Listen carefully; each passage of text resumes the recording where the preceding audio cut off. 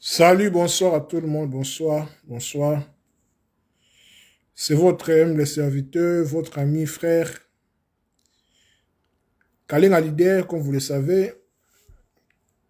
Depuis un certain temps, nous avions commencé un thème intéressant sur la connaissance de soi, que nous avions intitulé Connais-toi toi-même. Aujourd'hui, c'est la cinquième partie. Après avoir abordé les 4 premières parties qui se trouvent sur mon mur, quand vous scrollez, quand vous parcourez mon mur, vous allez trouver les vidéos sur les 4 premières parties sur la connaissance de soi. La première partie, nous avions parlé sur le pourquoi de notre corps physique. La deuxième partie, nous avions parlé sur les niveaux de l'âme, au pluriel. La troisième partie, nous avions parlé sur la foi. La quatrième partie, nous avons fait un peu du pot pourri, c'est-à-dire nous avions mélangé les sujets ayant trait à la connaissance de soi. Notamment, nous avions parlé sur l'incarnation, la réincarnation, sur les karmas, sur notre mission de vie ici sur Terre, sur l'ego. En fait, nous avions un peu voyager au travers différents thèmes concernant l'être humain. Aujourd'hui, nous parlons sur les mariages et les divorces. Je pense que vous êtes là. Si vous êtes là, manifestez-vous. Comme d'habitude, donc si vous avez des questions, n'hésitez pas. Si vous avez des commentaires, j'estime aussi apprendre de vous. Donc, comme vous le savez, nous n'allons pas déroger à la règle. C'est la même chose. Donc, mes chers amis, aujourd'hui, nous allons parler sur les mariages et les divorces. Cinquième partie de notre grand thème, connais-toi toi-même et tu connaîtras le Dieu de l'univers. Donc, c'est un sujet qui me porte beaucoup à cœur. Bonsoir, bonsoir ma soeur Nadège Bantou, heureux de te voir, je pense que tu vas bien, merci beaucoup. Donc, je disais, l'être humain doit se connaître. Je dirais c'est la condition sine qua non, c'est le passage obligé vers notre évolution. Parce que nous sommes venus ici sur Terre, je nécessaire de dire, pour évoluer. Pour évoluer. C'est-à-dire, pour évoluer, il faut se connaître. Pour évoluer, il faut aller vers soi-même. Parce que il y a un adage qui nous dit la charité bien ordonnée commence par soi-même. Oui, nous tous nous aimons l'amour. Permettez-moi la tautologie. Mais c'est l'amour qui nous amène vers la connaissance de soi. Comment je peux le dire? C'est l'amour qui nous donne l'aspiration d'évoluer, de développer, de se développer. Mais on ne peut pas se développer sans pour autant nous connaître, que c'est totalement impossible. Parce que quand vous avez la connaissance, donc vous avez vous avez les matériaux pour évoluer, pour réussir, si vous voulez, pour avoir du succès. Vous comprenez? Donc, vous pouvez avoir du talent, parce que tout le monde a les talents. Personne n'est venu sur Terre main vide, non. Tout le monde a des talents. Bien sûr, ce n'est pas les mêmes, mais au moins tout le monde, personne n'est venu sur Terre main vide. C'est pour cela, nous devons fructifier nos talents, nous devons fructifier nos capacités, les maximiser au maximum, permettez-moi encore la tautologie, afin d'évoluer, afin d'avoir du succès, parce que personne ici sur Terre ne fait échouer. Bien que l'échec, c'est une notion relative, bien sûr, l'échec réussi, parce que je considère que même l'échec, c'est une expérience quelconque, parce que l'échec n'existe pas. L'échec, c'est juste un apprentissage, parce que Nous venons ici sur terre pour apprendre, pour manger l'arbre de la connaissance du bien et du mal, si vous voulez. Parce que nous sommes dans un monde de dualité. De dualité. D'où la création. Le Créateur a créé. Donc le Créateur étant, le Créateur est Dieu, comme vous le savez, étant absolu dans sa nature originelle, a créé, a voulu faire l'expérience de lui-même. Il a créé. Donc, il s'est dualisé, en fait, en mettant ses lois et ses principes. Donc, c'est ça, en fait, la dualité. Nous aussi, les êtres humains, nous sommes venus sur Terre pour apprendre de nous-mêmes, pour connaître qui nous sommes exactement, afin de créer, d'évoluer, et puis voilà quoi, de vivre ce que nous sommes en train de vivre. Vous comprenez? Donc, on ne peut pas évoluer sans pour autant connaître, sans pour autant surtout nous connaître nous-mêmes. Connaître toi-même et tu connaîtras les dieux et l'univers. Vous comprenez? Donc, ne cherchez pas à connaître hors de vous. Parce que ce qui est extérieur à vous, c'est en fait l'image qui vient de vous-même, en fait.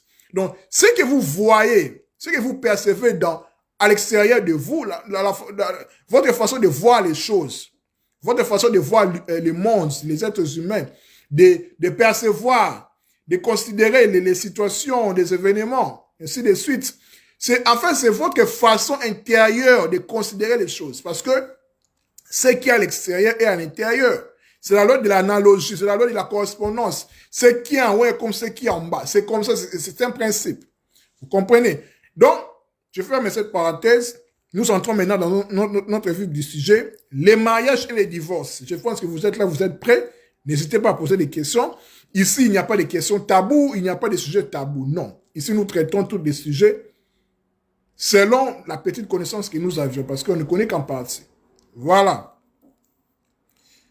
Connais-toi toi-même ce qui est en partie. Les mariages et les divorces. Qu'est-ce que le mariage, qu'est-ce que les divorces? Moi, je suis marié, bien sûr, je suis marié comme, voilà, je suis marié comme le dit dans notre société, je suis marié, voilà. Mais en fait, qu'est-ce que les mariages, qu'est-ce que les divorces? Parce que les mariages et les divorces, c'est deux pôles contraires, bien sûr. Quand on parle du mariage, son contraire, c'est les divorces. Ok. Mais nous devons nous poser la question, pourquoi nous nous marions? Pourquoi on désire se marier? Le but, c'est quoi? Vous comprenez? Parce que, en commençant à se poser des bonnes questions sur soi-même, sur des concepts qui nous intéressent, sur des concepts dont nous appliquons, pour le cas d'espèce, les mariages, nous devons nous poser la question, pourquoi j'ai fait cette chose? Pourquoi je dois me marier? Pourquoi moi, Kalenga? Pourquoi moi, Nadège Bantou? Pourquoi moi, XY, je dois me marier? Pourquoi?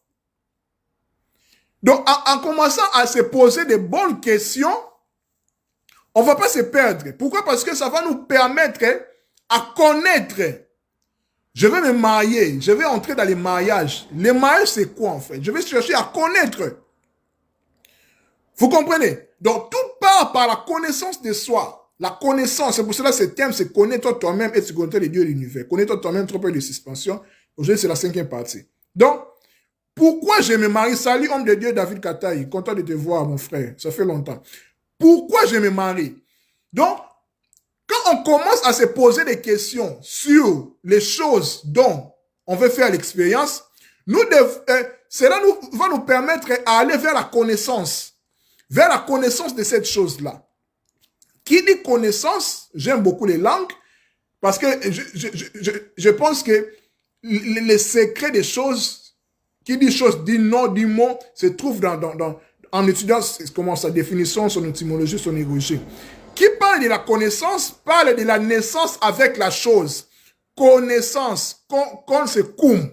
Je fais le latin, cum ça veut dire avec, c'est l'adverbe avec. Avec, et naissance, c'est naître avec la chose.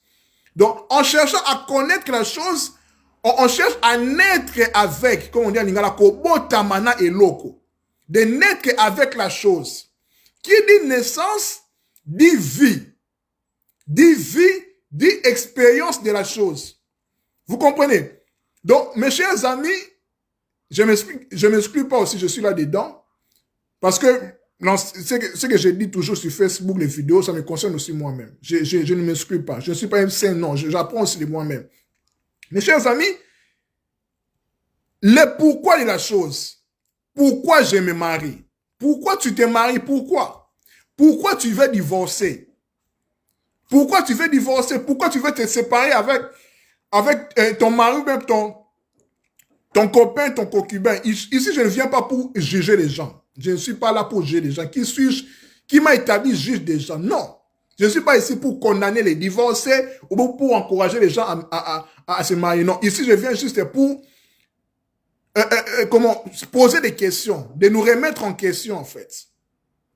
De recourir aux fondamentaux des choses. Les pourquoi. Pourquoi je dois me marier? Pourquoi les mariages? Pourquoi les divorces? Pourquoi les gens veulent se marier? Pourquoi les gens veulent se divorcer? Pourquoi? On doit comprendre. Donc, avant de faire la chose, il faut te demander pourquoi. Quand tu te demandes pourquoi, la réponse viendra toujours dans ton questionnement là. Et maintenant, quand tu as des réponses adéquates, les réponses solides, selon toi, parce que tu dois vivre ton propre expérience, tu dois vivre ta propre vérité. Ta vérité n'est pas la vérité de l'autre, non. C'est ta vie en fait, c'est ton expérience. Vous connaîtrez la vérité, c'est la vérité de toi-même. Tu dois te rappeler, tu dois te connaître toi-même. Parce que ta réalité n'est pas la réalité d'une autre personne, non. Il n'existe pas des notices ou bien des notices ou des règles, je dirais des règles standards de mariage pour tout le monde, pour tous les couples. Non, parce que chaque personne est venue avec son karma, avec son caractère qu'il a reçu de sa famille. Toutes ces choses-là entrent en danse dans les mariages. Les divorces, je vais en parler après parce que on ne peut pas parler de divorce sans pour autant parler d'abord du mariage. Vous comprenez? N'hésitez pas à poser des questions ou bien voilà, ça doit être interactif. Je dois aussi apprendre de vous. Vous comprenez? Donc, on ne peut pas parler du divorce sans pour autant parler d'abord du mariage. Donc, nous devons parler d'abord du mariage. Le mariage, c'est quoi? Parce que c'est le mariage qui a engendré le divorce. Vous comprenez? Voilà. Pourquoi? Pourquoi on se marie? Pourquoi les célibataires se marient? Le but, c'est quoi? Mes chers amis, il faut savoir que quand nous parlons du mariage, je vais vous mettre déjà l'eau dans la bouche avant d'entrer dans la profondeur. Étymologiquement, ou bien par la magie de la langue, mariage, quand on parle du mariage, mariage veut dire le mari qui agit. Mariage. Vous comprenez? Parce que les mots ne sont pas ainsi par hasard, non. Parce que c'est le mari qui agit. Le mari qui, c'est pour cela qu'on dit que l'homme quittera son père et sa mère et s'attachera. C'est le mari, c'est l'homme qui agit. Qui va vers la femme. Mariage, mari agit. C'est le mari qui agit. Ça peut paraître bizarre, tout ça. Mais c'est comme ça les langues. Les langues, c'est comme ça. Ce n'est pas par hasard, ce n'est pas anodin, non. Mariage égale mari agit. Je vais écrire ça. Voilà, je vais écrire ça un instant. Mariage. Mariage égale mariage. Mari agit. Le mari agit. C'est le mari qui agit, voilà. C'est le mari qui agit. L'homme quittera son père et sa mère et s'attachera à sa femme et deux deviendront une seule chair. Parce que le but du mariage, c'est de devenir un. Parce qu'au commencement, tout était un. C'est ça le principe du mariage. C'est ça le but même du mariage. Mais d'abord, le mariage est d'abord spirituel. Tout ce qui est physique est d'abord spirituel. En haut comme en bas. Tout ce que nous faisons ici sur terre a sa correspondance spirituellement. Le mariage, je vais revenir avec mariage, mari agit, je vais l'expliquer. Mais maintenant, ici, j'explique l'origine du mariage. Le mariage, on peut le dire aussi, c'est l'union. Parce qu'au départ, tout est un. Tout est un, en fait. Tout est un. C'est l'absolu. Maintenant, je vous ai dit ici tantôt que quand il y a eu création, quand Dieu a créé, il s'est mis, en fait, je dis, Dieu s'est séparé, les créateurs et les créés. Mais le but, en fait, du créateur avec la création est que les deux sont un. Les deux sont un. La dualité, mais la séparation, c'est une illusion. On peut le dire, c'est une illusion, en fait. Mais en réalité, tout n'est que un. Vous comprenez? C'est pour cela que quand on parle du mariage, moi, Kalinga, je vais me marier. Moi, Nadège Bant, je vais me marier. Moi, David Katel, je vais me marier. Pourquoi je vais me marier? D'abord, il faut savoir que l'être humain, dans son essence, comme vous le savez, l'être humain est mâle et femelle. Il ne faut pas oublier cela. L'être humain est mâle et femelle.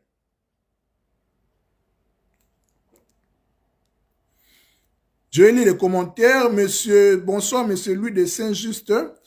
La source, vous le savez, réside dans notre biologie et racines culturelles saupoudrées d'un fait religieux qui valide spirituellement notre engagement, alors que la femme, mais bien notre égale en relation non seulement hormonale à distance, mais plus amoureuse, histoire de reconstruire. Exactement. Vous comprenez? Donc, le but du mariage, bien sûr, c'est la dualité apparente.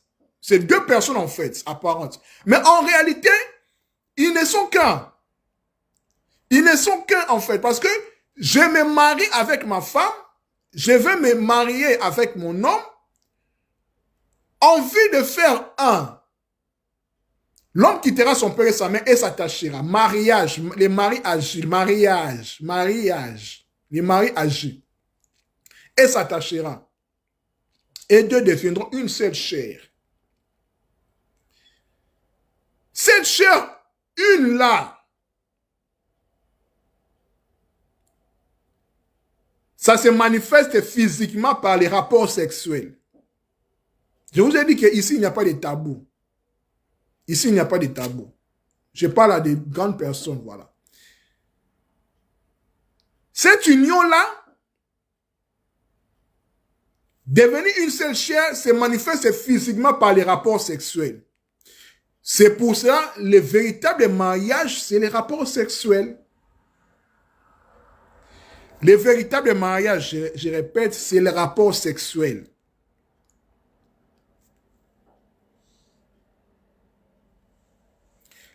Le véritable mariage, c'est les rapports sexuels. Que vous soyez marié, coutumièrement, civilement, religieusement, peu importe, mais en vous unissant déjà, même si vous êtes concubine, copain, copine, je sais quoi, dès que vous vous unissez sexuellement, vous vous mariez. Vous vous mariez en fait avec la personne. Parce que vous unissez vos deux énergies. Vos énergies en fait. De part et d'autre. Parce que nous sommes d'abord énergie. Nous ne sommes pas notre corps physique. Vous comprenez? Donc, le mariage ou bien l'union, si vous voulez, est d'abord spirituel. Je vous ai dit que quand Dieu, l'absolu, le créateur, a créé l'unité, il s'est dualisé en fait. Mais il s'est séparé de sa créature apparemment. C'est illusoire, mais en réalité, ils sont un. C'est pour cela qu'on parle de Dieu, nous voyons sa création. Sa création, moi, toi, les animaux, tous les règnes, en fait, sont visibles et invisibles. D'ailleurs, même dans l'église, dans le format chrétien, on nous parle de l'époux qui est Christ et l'épouse qui est l'église. Pourquoi? Les mariages. On nous parle des noces de l'agneau. Les mariages. Vous comprenez? Parce que l'époux se marie avec sa femme parce qu'il reconnaît dans sa femme qui c'est son semblable. Voilà pourquoi Adam dit, voici l'os de mes os, chair de ma chair. Donc, la femme, c'est la partie, je dis, c'est l'autre partie de l'homme. Et puis l'homme, c'est l'autre partie de la femme. Ici, il n'y a pas de supérieur et d'inférieur. Non. Ici, c'est l'égalité. L'homme et la femme sont coégaux. Personne n'est supérieur, personne n'est inférieur. Non, ça n'existe pas. Ça n'existe que dans notre société qui est plus patriarcale, plus tendancieux chez les hommes pour dominer les femmes. Voilà pourquoi il y a des féministes, hein. Il y a des femmes, il y a des femmes qui cherchent la parité. Parce que c'est chercher l'équilibre. Parce que les femmes se disent en eux que nous ne sommes pas deux, nous sommes un. C'est naturel, c'est essentiel en fait. Vous comprenez? Je répète encore que l'homme et la femme, personne n'est supérieur à l'autre, ni inférieur. Les deux sont là pour cohabiter. Pour co-gérer en fait. Ils sont coégaux. La différence peut se situer au niveau de, je dirais, des rôles. Des rôles en fait. L'homme, quand on dit l'homme, c'est les chefs, c'est les capitaines, c'est-à-dire c'est les visionnaires. C'est lui qui se souvient de sa femme. La femme est là pour apporter son aide, l'aide semblable. Qui dit aide, dit la force. Donc, il n'y a pas mariage s'il n'y a pas homme, il n'y a pas femme. C'est pourquoi on dit que tu es célibataire. Tu es célibataire, donc tu es seul. Si je peux employer la magie de mots encore. Célibataire, tu es seul en fait. Question aussi de chercher l'origine du mot célibataire, c'est quoi célibat, voilà. Vous comprenez? Donc, il n'y a pas de mariage sans... S'il n'y a pas l'homme et la femme, il n'y a pas de mariage. Si vous n'avez pas de célibataire. Donc, on se marie. Quand je prends la décision de me marier, je me dis que je suis androgyne, je suis mâle et femelle. Je dois chercher mon autre côté femelle. Parce que Kalenga est du genre masculin. Pourquoi? Parce que les côtés, les pôles masculins a pris le dessus sur le pôle féminin. Mais ça ne veut pas dire que je ne suis pas féminin. Non, j'ai aussi ce côté féminin, ce côté féminin en moi. Je ne dis pas le côté femme, non. Le côté féminin. Je suis Kalenga, je suis mâle et féminin. Tout être humain sont comme ça. Ma soeur Nadège Bantou est une femme, bien sûr. Son genre, c'est féminin, femelle. Mais elle a aussi les côtés mâles, les côtés masculins. Voilà pourquoi je n'encourage pas. Voilà pourquoi il y a des PD et des lesbiennes. Je n'encourage pas ici l'homosexualité. C'est juste pour vous montrer que cette tendance d'être d'abord homme, de devenir femme, c'est, je peux dire, c'est naturel. Comprenez-moi bien, je n'encourage pas l'homosexualité. Mais pour vous montrer en fait que il y a de ces personnes qui naissent des hommes comme ça, mais ils ont des tendances efféminées. Parce qu'en nous, nous sommes mâles et femelles. Nous avons ces deux pôles-là. Parce que tout n'est que deux. Tout est deux en fait, tout est deux. Vous pouvez voir votre structure corporelle, tout est deux en fait. Nous avons, tout est deux. Mais le plus important maintenant, c'est de chercher l'équilibre. Voilà pourquoi quand on se marie, c'est pour chercher l'équilibre. Je suis Kalenga, je suis seul.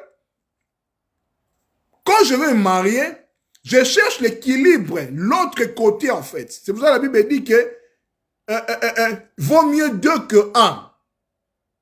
Vous comprenez? On parle du mariage en fait, là. Pour chercher l'équilibre. Mariage, l'homme, les mariages, les maris qui agissent. En fait, l'homme quittera son père et sa mère et s'attachera. Et les deux devenant une seule chair. Je vous dis que la seule chair, cette chair-là, physiquement, c'est quand vous faites les rapports sexuels. C'est ça le mariage. Physiquement, c'est ça. Parce que vous êtes unis spirituellement, énergétiquement, vous êtes unis. Les formalités administratives, la danse, tout ça, là, c'est juste voilà quoi, les formalités culturelles que nous avons héritées de la culture. Mais, en gros, les mariages, comme je vous dis, c'est spirituel. Donc, l'homme qui cherche à se marier, cherche son autre côté. Son autre côté, en fait, femelle, la femme. La femme aussi qui accepte d'être mariée, cherche, ou bien veut avoir son côté qui est masculin, qui est mâle en lui. Qu'il le sache, qu'elle le sache ou pas, c'est comme ça, c'est naturel en nous. Nous sommes androgynes. Nous sommes mâles et femelles. Sauf que moi, Kalenga, je suis masculin parce que la prédominance masculin a pris les dessus. Les femmes, la prédominance féminin, femelle a pris les dessus.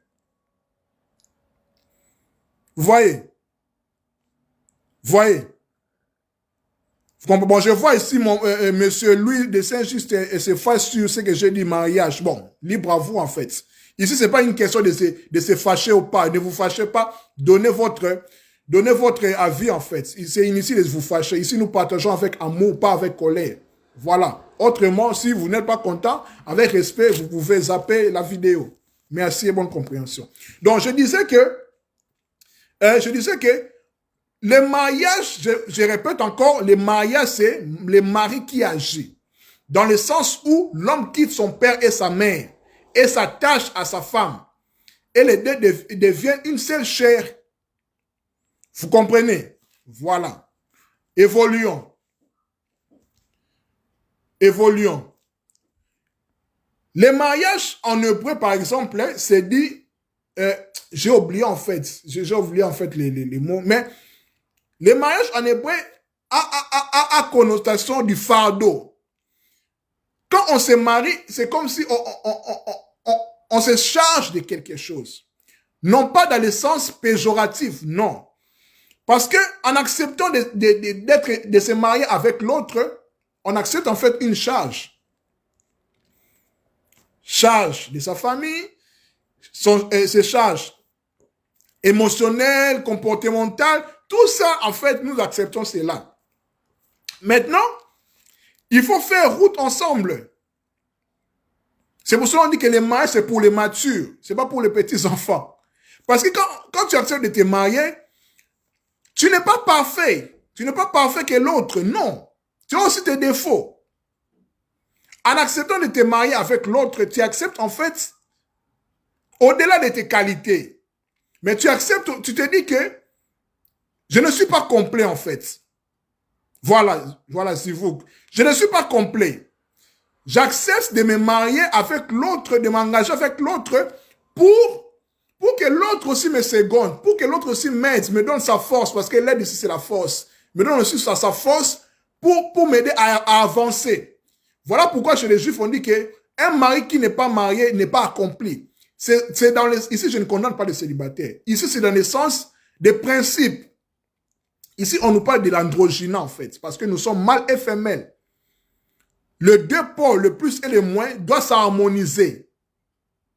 Parce que le mariage, c'est la rencontre des contraires, des deux contraires. Le plus et le mal se rencontrent pour le fonctionnement. Vous comprenez même que pour qu'une batterie fonctionne, il faut qu'il y ait le pôle plus et le pôle moins. Nous sommes d'accord. Vous voyez, parce que nous sommes dans un monde de dualité. C'est le mariage en fait, parce que tout n'est que mariage. Plus, moins, même dans notre corps physique comme ça, c'est le mariage en fait. C'est le mariage. Mais, quand je vous ai dit que le mariage c'est d'abord spirituel, le mariage aussi, partant du principe de notre sujet, 5e partie aujourd'hui, le mariage et le divorce, connais-toi toi-même, l'être humain doit se marier d'abord à soi-même. Ça peut paraître bizarre, oui, je m'explique. Pourquoi nous devons nous marier nous-mêmes? Parce que je vous ai dit que l'être humain est essentiellement mâle et femelle. La partie mâle qui est la partie. Salut ma grande sœur adorée Didjalba, content de vous retrouver. Je disais que au-delà du mariage civil, religieux, de la société, mais d'abord l'être humain doit se marier d'abord avec soi-même.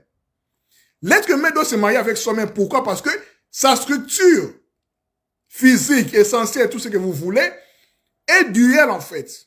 Nous sommes créés deux. Voilà, quand vous regardez, nous sommes deux.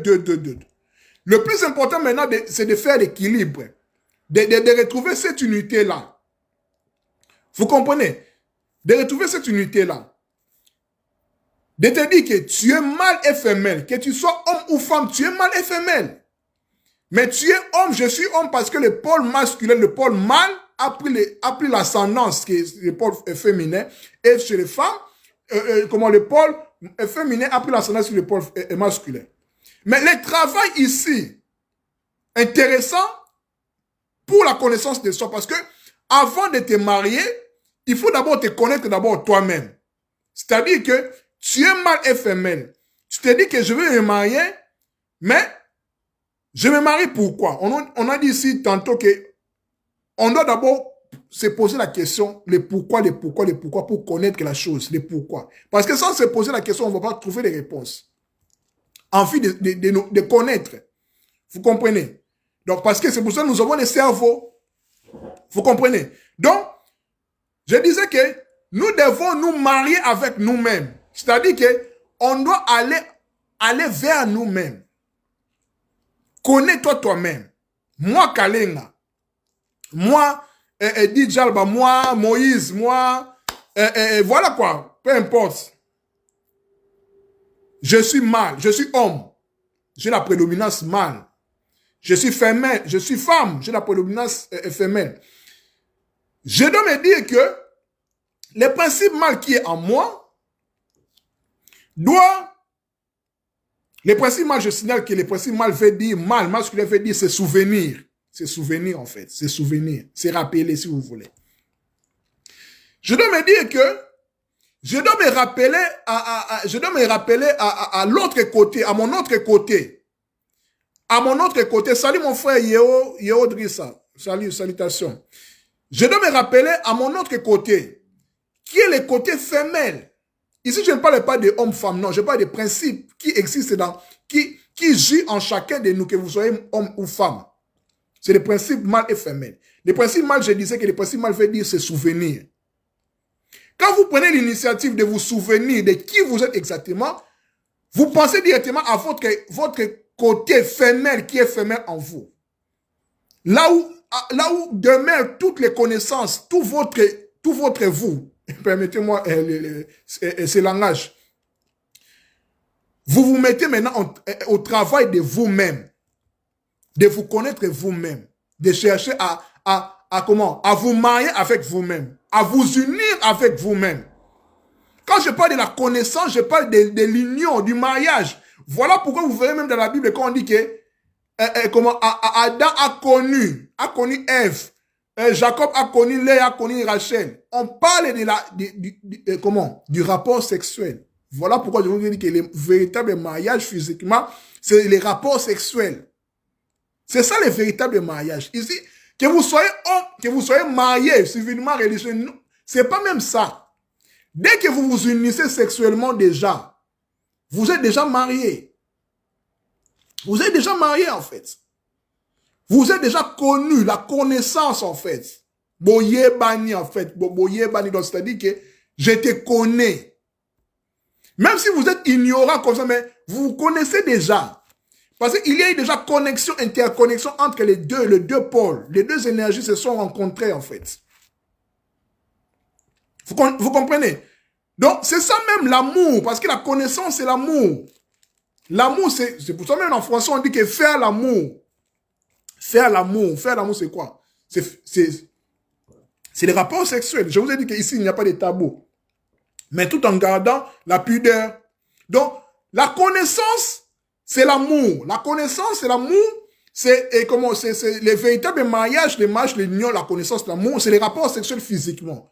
Je répète, dès que vous faites les rapports sexuels, vous êtes déjà marié.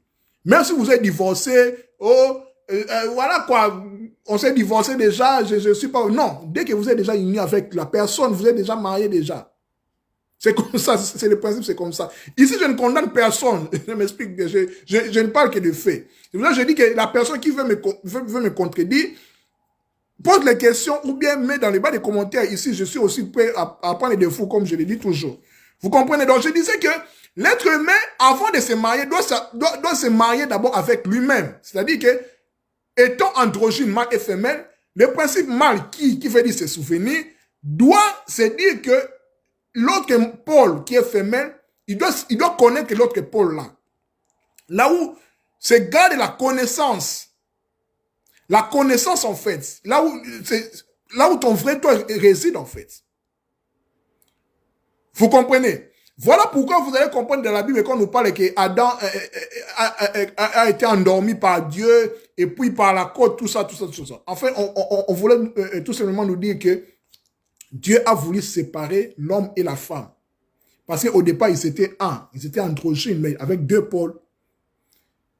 Le but du mariage, c'est, d'ailleurs même on dit que le mariage, c'est l'union. L'union qui dit union dit un. Voilà pourquoi je vous ai dit que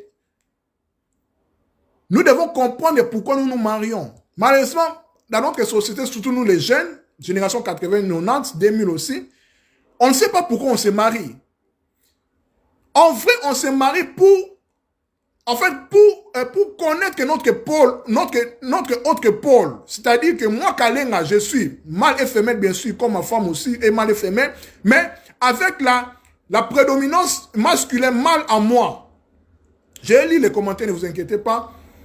Je cherche maintenant une autre femme, pas une autre femme, je cherche une femme. Je cherche une femme. En fait, je me dis que, en fait, le mariage, c'est quoi? Sans pour autant le dire, sans connaître que c'est-à-dire, on s'est dit essentiellement, en fait, en nous étant mâle et femelle, je pense que je me fais comprendre, je me dis que, moi, Kalenga, je suis mâle et femelle, bien sûr. Mais ma prédominance, c'est masculin, je suis du genre masculin. Pour me connaître au travers du mariage, parce que le mariage, je vous ai dit que le mariage, c'est l'amour, c'est l'union, c'est la connaissance. C'est être un. Je dois quitter mon père et ma mère. Je vous ai dit que mariage, c'est le mari qui agit. Mariage. Le mari qui agit. Et vous, ça peut paraître bizarre, mais voilà. J'endosse cette responsabilité, c'est ces propos. Le mari qui agit, enfin, c'est le mari qui cherche l'autre. C'est-à-dire l'autre, là, en fait, c'est... Le mari s'est dit quoi? Il s'est dit que je ne me connais pas. Je suis incomplet, en fait. Je suis incomplet. J'ai besoin d'un partenaire ou bien d'une partenaire. Pour être un. Pour rappeler ce côté-là qui est caché en moi. Moi, Kalenga, je suis mâle et femelle, bien sûr, mais j'ai les genres masculins qui est plus prédominant. Ma femme est mon autre côté. Voilà pourquoi on dit que la femme, c'est l'aide semblable. On ne dit pas c'est l'aide inférieure, non. Je vous ai dit ici que l'homme et la femme, personne n'est supérieur, personne n'est inférieur, non. Cette notion vient de notre société qui est patriarcale, qui est phallocratique, qui est dominée par les hommes. Parce que dans les temps anciens, c'est les femmes qui dominaient en fait.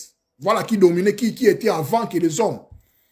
Vous comprenez? Donc, maintenant, dans notre société patriarcale, c'est les hommes comment? C'est les hommes qui dominent, qui veulent dominer, tout ça, tout ça. Et puis les femmes veulent comment? Par les mouvements féministes, par la parité, tout ça. Je comprends parce que c'est la caisse de l'équilibre. Parce que l'homme et la femme sont coégaux. Personne n'est supérieur, personne n'est inférieur. Mais la différence, c'est surtout au niveau des rôles. L'homme étant les chefs ici, les guides, c'est-à-dire que c'est lui qui montre la vision. Et puis la femme est là pour seconder, en fait. C'est pour ça qu'on dit que derrière un grand homme, il y a une grande dame. Tant que la femme n'est pas là, l'homme ne peut pas réaliser ses rêves. Au moins qu'il soit célibataire. Mais ici, je parle du mariage. Comprenons-nous bien. Vous comprenez? Donc, le mariage, c'est tout simplement dire que je suis incomplet. Je vais chercher l'autre pour, en fait, m'apporter ce qui me manque, en fait. Ce qui me manque. Vous comprenez? C'est ça même le principe de l'âme sœur. Parce que l'âme, comme je vous ai dit, l'être humain est essentiellement mâle et femelle.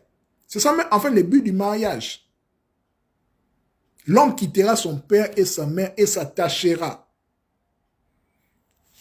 J'ai voulu ce verset de Paul pour appuyer mon argumentaire. Entre-temps, je vais lire les commentaires. Voilà, ma soeur dit, Jalba dit, ah oui, pour donner le bonheur à l'autre mariage, il faudrait se donner à soi-même. Exactement, exactement. Tu ne peux pas aimer l'autre sans pour autant vous aimer vous-même. C'est impossible. Parce qu'on ne donne que ce qu'on a. Vous comprenez? Je vais lire un verset ici. Je pense que je vais les retrouver. Je pense que je vais les retrouver ici. Je pense bien les retrouver ici. Voilà. Je vais lire dans Ephésiens chapitre 5, à partir du verset 30. Non, je vais commencer à partir du verset 29 jusqu'au verset 33. Je signale que quand je lis la Bible, ce n'est pas pour convertir les gens au christianisme. Non, je ne suis même pas là. Que vous soyez athée, que vous soyez chrétien, non, ça n'engage que vous-même. Je respecte la foi des autres. Mais je prends l'exemple de la Bible parce que je considère la Bible comme un livre qui parle aussi des principes universels qui concernent tout le monde. Voilà. Ici, on parle de femmes et de maris. Ephésiens chapitre 5, verset 31 à 33. Je lis. En effet, personne n'a jamais haï son propre corps. Au contraire, on le nourrit et on en prend soin. Comme le Christ est le fait pour l'église. Vous comprenez? Ici, le Christ, c'est l'époux, c'est l'homme et l'église, c'est la femme. Vous comprenez? Voilà. Ici, c'est déjà le principe du mariage. Parce que le mariage est d'abord spirituel, comme je vous ai dit. Et ma soeur, Christelle Omingo Bokonji. Voilà. Ephésiens chapitre 5, verset 23 à 33. Je répète, je parle sur le mariage et le divorce. Notre grand sujet, connais-toi toi-même, 5e partie.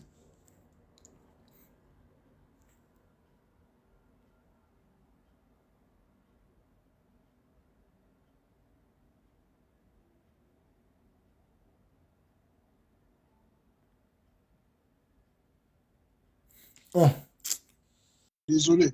Je lis, voilà, Ephésiens chapitre 5, verset 23 à 33. Les personnes qui veulent intervenir, vous pouvez envoyer déjà votre demande, je vais vous répondre au moins important.